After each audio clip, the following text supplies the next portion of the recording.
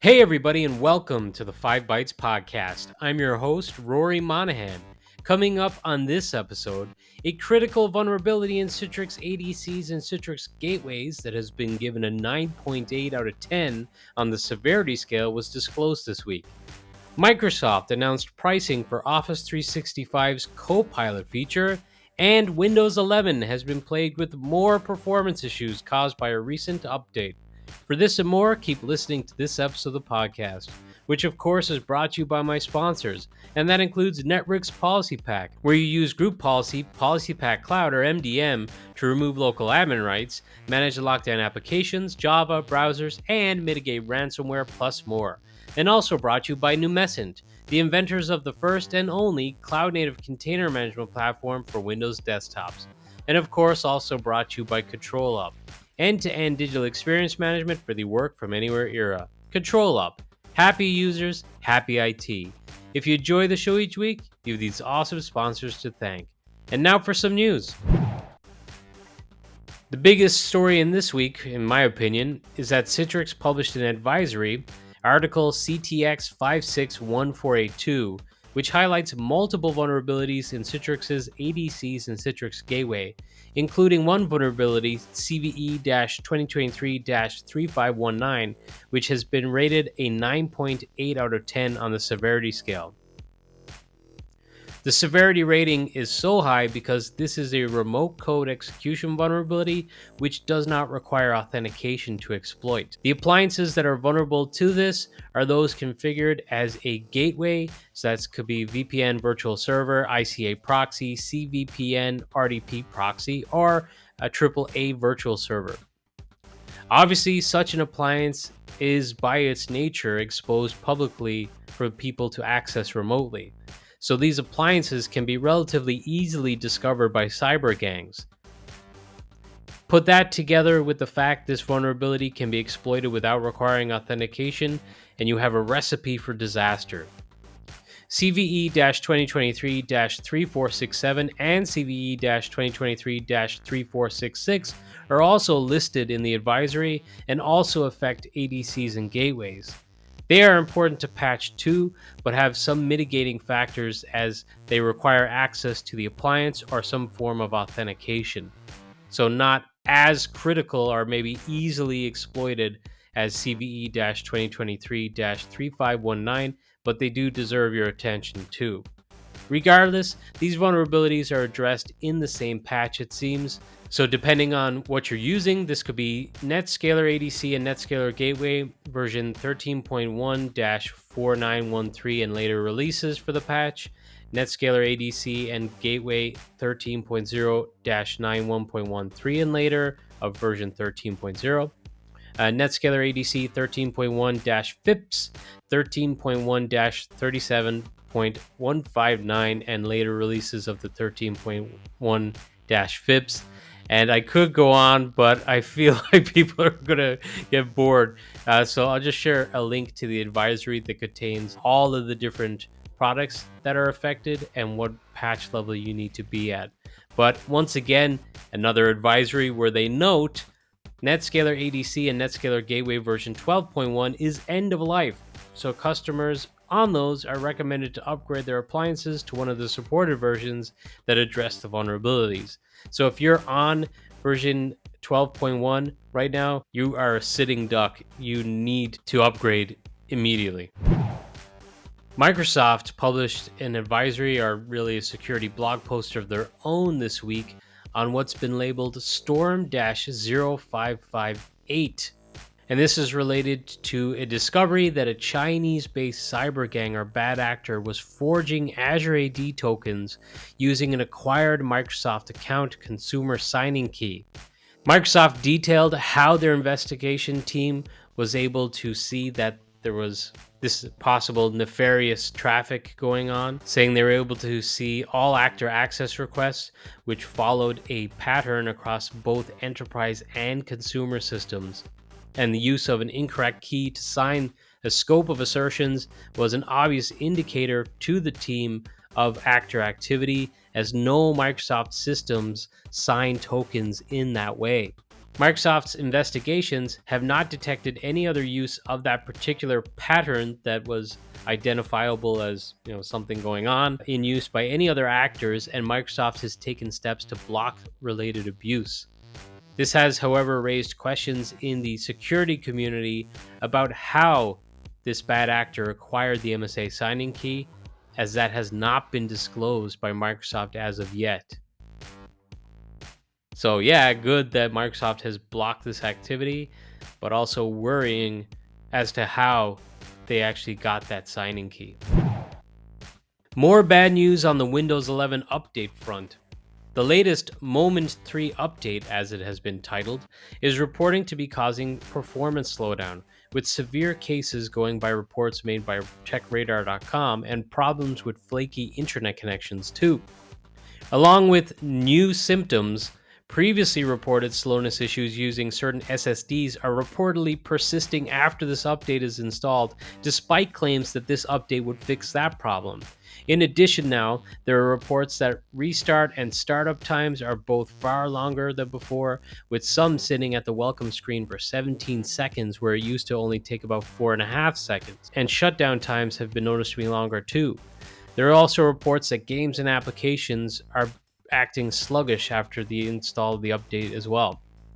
There are also reports some PCs with the update won't get on the internet now too, and that's via Wi-Fi or Ethernet. It's reported that KB5028185 is the culprit, with users suggesting that uninstalling this patch has fixed the issues, which obviously is not ideal because if you uninstall the patch, you're losing the security patching that was provided by that update. In a couple of separate patching related stories, I read several people on the patching Google Mail group have been stating patches are failing to install on Server 2012 R2 this month, and also a reminder that this month is one of the milestones for Microsoft's security hardening roadmap that I covered on a previous episode of the podcast, and as such, some of the net logon and Kerberos security changes that scared the bejesus out of admins a few months ago are now also being enforced by default. But at least according to the mail groups that I'm following, it seems like it's been pretty plain sailing for customers on that front, at least as of yet. I guess we'll see, because there are still a lot of organizations who stagger their patches by a month, so maybe the fallout could be delayed for that particular update. Outlook users also reported an issue when you print a task or contact that is longer than a page in Outlook desktop, with users receiving an error, quote, "There is a problem with the selected printer. You might need to reinstall this printer. Try again or use a different printer," end quote. The Outlook team released a fix from the service that is now at 100% of production as of July 12th, so a few days ago at this point. There is no client update required, and if you still see the issue, restart Outlook to pick up the change. If you reverted Office to work around the issue, you can now proceed to install the latest updates again. Another Outlook issue. I've reported a lot of them recently. Eagle-eyed Ben Whitmore on Twitter shared a recent update from Apple that states on July 27th, so just over a week, I guess, Apple will post an updated version of the volume content terms to Apple Business Manager. And once posted, your organization will not be able to enroll devices or deploy new apps until an administrator signs in to Apple Business Manager and accepts the agreement. They say with this update, an administrator will be able to accept the volume content terms on behalf of the entire organization, and content managers and administrators will no longer be prompted to accept the volume content terms in their individual capacities after an admin accepts the terms on behalf of the entire organization. Additionally, the terms include clarifying language with respect to redeeming unused volume content balances. So, a little bit crazy, but heads up, if you do not accept the new terms that are coming on July 27th, you will no longer be able to enroll devices. Private Link for Azure Virtual Desktop is now generally available, and Microsoft states that this feature allows users to establish secure connections to remote resources by using private endpoints. And with Private Link, the traffic between your virtual network and the Azure Virtual Desktop Service is routed through the highly secure Microsoft Backbone network. This eliminates the need to expose your service to the public internet, thereby enhancing the overall security of your infrastructure. And by keeping the traffic within this protected network, Private Link adds an extra layer of security for your Azure Virtual Desktop environment. So if you are an AVD customer and you're interested in being as secure as possible while using the service, this may be a feature that you're interested in. On the Azure Virtual Desktop front, Microsoft also announced a public preview of a personal desktop autoscale feature, which is Azure Virtual Desktop's native scaling solution that automatically starts session host virtual machines according to a schedule or using Start VM on Connect, and then deallocates session host virtual machines based on the user session state, like log off or disconnect. And with personal desktop autoscale, you could save costs by shutting down idle session hosts while ensuring session hosts can be started by the users as they need them. The public preview is available in all regions where Azure Virtual Desktop host pool objects are, including Australia East, Canada Central, Canada East, Central US, East US, East US 2, Japan East, North Central US, North Europe, South Central US, UK South, UK West, West Central US, West Europe, West US, West US 2, and West US 3. You can use the Azure portal to enable and manage personal desktop autoscale during the public preview.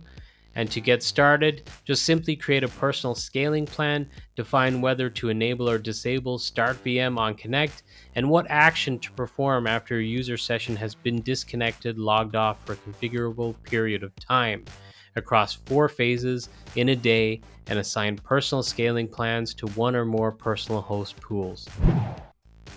Microsoft have announced general availability for hot patching of Windows Server VMs with desktop experience in Azure. Previously, only VMs built in Azure with Server Core could use this feature, but now all versions of Windows Server 2022 Data Center Azure Edition on Azure and Azure Stack HCI can enable hot patching. And the key benefits of this are fewer reboots, which means higher availability, resulting in less workload disruptions, faster deployment of updates because hot patch updates only contain security fixes, so they are about 10 times smaller, they install faster, take effect without reboot, and minimal OS changes helps you manage change control. Also, Azure Update Manager provides simple update patch orchestration management. Hot patching is limited to security fixes released for Windows operating systems, excluding .NET Framework, and non-security fixes and other third-party updates are not part of the hot patch program. The existing Windows Server 2022 Data Center Azure Edition images with the desktop experience will not support hot patching, so to benefit from the hot patching feature, you must deploy the new OS images. So there may be an initial bit of pain to get there because you have to deploy new OS images to get the hot patch feature. And it's not going to include all updates each month as part of the process, but it is going to include those all important security patches. So it seems like it would be worth it, just in my opinion at least. A public preview was announced for a new feature for Windows 365 also, which is their admin alerts. And they say with the Windows 365 IT admin alerts, an email is delivered whenever a cloud PC enters the grace period state. This provides admins with greater awareness of their environment so they can take appropriate actions and act as a preventative measure against unintended cloud PC deprovisioning. So if you're not familiar with the grace period, if you were to perhaps unassign a user from a cloud PC, it enters a grace period before it becomes deprovisioned. So in this instance, admins would get an alert when a cloud PC goes into that grace period so that they know, if that's not intentional, hey, heads up, this has gone into its grace period. You may want to address this before the machine gets deprovisioned. They say with the feature, admins can establish and customize system-based alerts for cloud PCs in the grace period based on their preferences. IT admins can define alert rules by selecting from the available options, setting thresholds, specifying frequency, and choosing notification channels for receiving their alerts. IT admins are also able to assess their environment and take informed decisions to either reprovision or end the grace period for specific cloud PCs as needed. Enabling the functionality to generate alerts when a cloud PC enters the grace period is a critical precautionary measure according to Microsoft. So yeah, I mean, this is a good start. I would love further just general alerts that are available as options within cloud PCs for like general provisioning and changes to the cloud PCs, which I know there's some community members out there who have been dabbling in that, but it would be good to have it native in the product. Microsoft's Inspire event was held this week. It is usually not a big event for product enhancement announcements, but it appears this year with such a huge focus on AI, several announcements were made around some of the artificial intelligence integrations within products with Copilot, such as Microsoft Teams. And they say that Copilot in Teams Phone would be able to get used to quickly generate call summaries, capture action items, and let users ask questions about the conversation which Copilot can answer. By automating tasks that could be distracting, Copilot helps users stay focused and engaged during a call. Copilot in Teams Phone will work for both VoIP and PSTN calls and is now available to customers participating in the Microsoft 365 Copilot Early Access program. They said with Copilot in Teams Chat, you can quickly synthesize key information from your chat threads, allowing you to ask specific questions to help get caught up on a conversation so far, organize key discussion points, and summarize information relevant to you. There were also some other additional general Teams features announced, such as call sharing, so a team can share a common contact and each have access to take calls on behalf of that contact. There will also be a similar shared channels feature for external collaboration requests and more. Microsoft also further highlighted some of the capabilities for the Office suite with Copilot, which I've previously shared on the podcast, and that includes the AI assistant helping you with creating Word documents, PowerPoint slide decks, and essentially becoming a virtual assistant within the suite. I believe this was the first time, however, that pricing for Copilot for Office 365 was discussed, and it is quite the spicy meatball in my opinion, with the price to be set at $30 per user per month extra to get the service. So this is in addition to what you're paying per month for the Office 365 subscription as it is. Like, whoa, that is very expensive, and I don't think I'd even pay for that for personal use. I can't imagine enterprises paying for it at least right away when the product is potentially very immature. Ben Whitmore posted a question on Twitter asking others if they'd noticed the same behavior as he has with the Intune management extension. He said that the extension was updated to version 1.68.105 and introduced a new inventory collection method, and he's noticed discovered apps data being wiped on multiple devices and tenants after a full inventory. Some people replied to his tweet confirming that they also encountered the issue, so if you're using Intune, heads up, this could potentially happen to you, it seems. In addition, at the end of last week, Intune suffered an outage where some customers reported that they could no longer view their devices. It appears Microsoft quickly deployed a hotfix and the issue was resolved in the same day. So a little bit of a rough week for Intune. In an update to the Microsoft proposed acquisition of Activision, it was reported this week that Microsoft and Activision have both agreed to extend the deadline for the acquisition to October 18th of this year, stating that they're confident that the deal can be completed.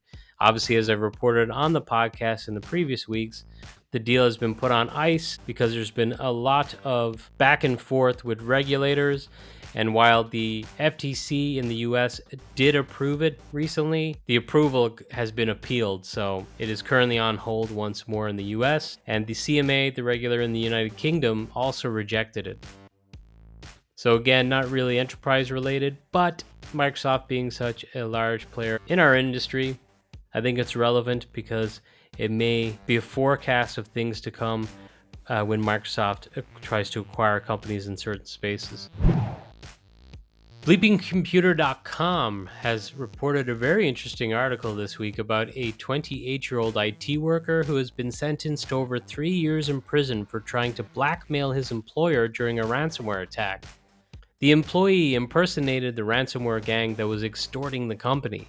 He tried to redirect the ransomware payments by switching the cyber criminal's cryptocurrency wallet to one under his control. While his employer was under attack, the worker launched that second attack unbeknownst to his employer and the authorities. It's reported he accessed a board member's private emails over 300 times, as well as altering the original blackmail email and changing the payment address provided by the original attackers. He also created an email address very similar to the one used by the attackers and used it to put further pressure on his employer to ensure that the ransomware gang's demands would be met and the ransom would get paid. However, the company did not comply with the attackers' demands, and internal investigations during the period exposed the employee's unauthorized access to confidential emails while using the internet connection at his home. The employee at first denied involvement, but later admitted guilt. So kind of interesting to see that twist in the tale. Not only that someone inside the house was making the call, essentially, and trying to divert the ransomware payment toward him, possibly being in a respected position within the organization in the IT team, pressuring decision makers to make the payment, which would then be made to him unbeknownst to them, and also using some phishing practices by creating an email address that's similar but not exactly the same as the one that was being used by the actual ransomware gang.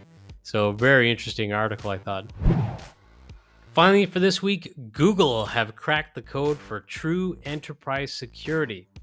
Ars Technica reported this week that Google is starting a new pilot program where some employees will be restricted to internet-free desktop PCs while they work. The report says Google's new pilot program will disable internet access on the select desktops with the exception of internal web-based tools and Google-owned websites like Google Drive and Gmail. This was originally mandatory for 2,500 employees, but they decided to allow employees to opt out of this program. The company also wants some employees to work without root access, which that one obviously makes sense. I mean, that's just a typical enterprise practice, right? To limit the users in the organization who have that type of elevated access. That makes sense.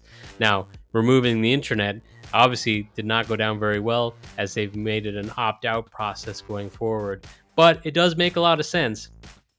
You eliminate a lot of the threats, although by allowing them to still have Google Drive and Gmail, you're still allowing one of the biggest channels for cyber gang attacks. So closing the door partially, maybe by removing the internet access, it'd be interesting to hear how well it goes for them. And now this episode's scripts, tricks, and tips. So I'm not sure if this one's going to be valid by the time you listen to this episode of the podcast, but once again, Shodan have one of their amazing sales. You can get a lifetime membership for just €5 or $5. So if you have any interest in security, get Shodan. It is an incredible product, an incredible tool. You can search all kinds of fun things on the service and also just kind of make sure your own systems and security are locked up as well as they can be. The great team at Go-EUC shared another recent study of analyzing image quality in Windows 365 cloud PCs using the HTML5 web client versus the remote desktop client. As always, when covering their analysis, I'm not going to dive into the actual details and what the findings were because I don't want to take away clicks and views from their article. But they do some terrific work. I suggest you check out this article if you're interested in cloud PCs. But even if you're not, go to go-euc.com to check out all of the different performance analysis studies that they've done. It covers a whole lot of different technologies that are relevant to enterprise IT. And finally, Ugur Kok shared a tool for offboarding devices from Microsoft's Intune, Autopilot, and Azure AD services. The tool leverages Microsoft Graph APIs to authenticate, search, and remove the devices. Well, that's it for this week's episode of the podcast. Thank you so much for listening.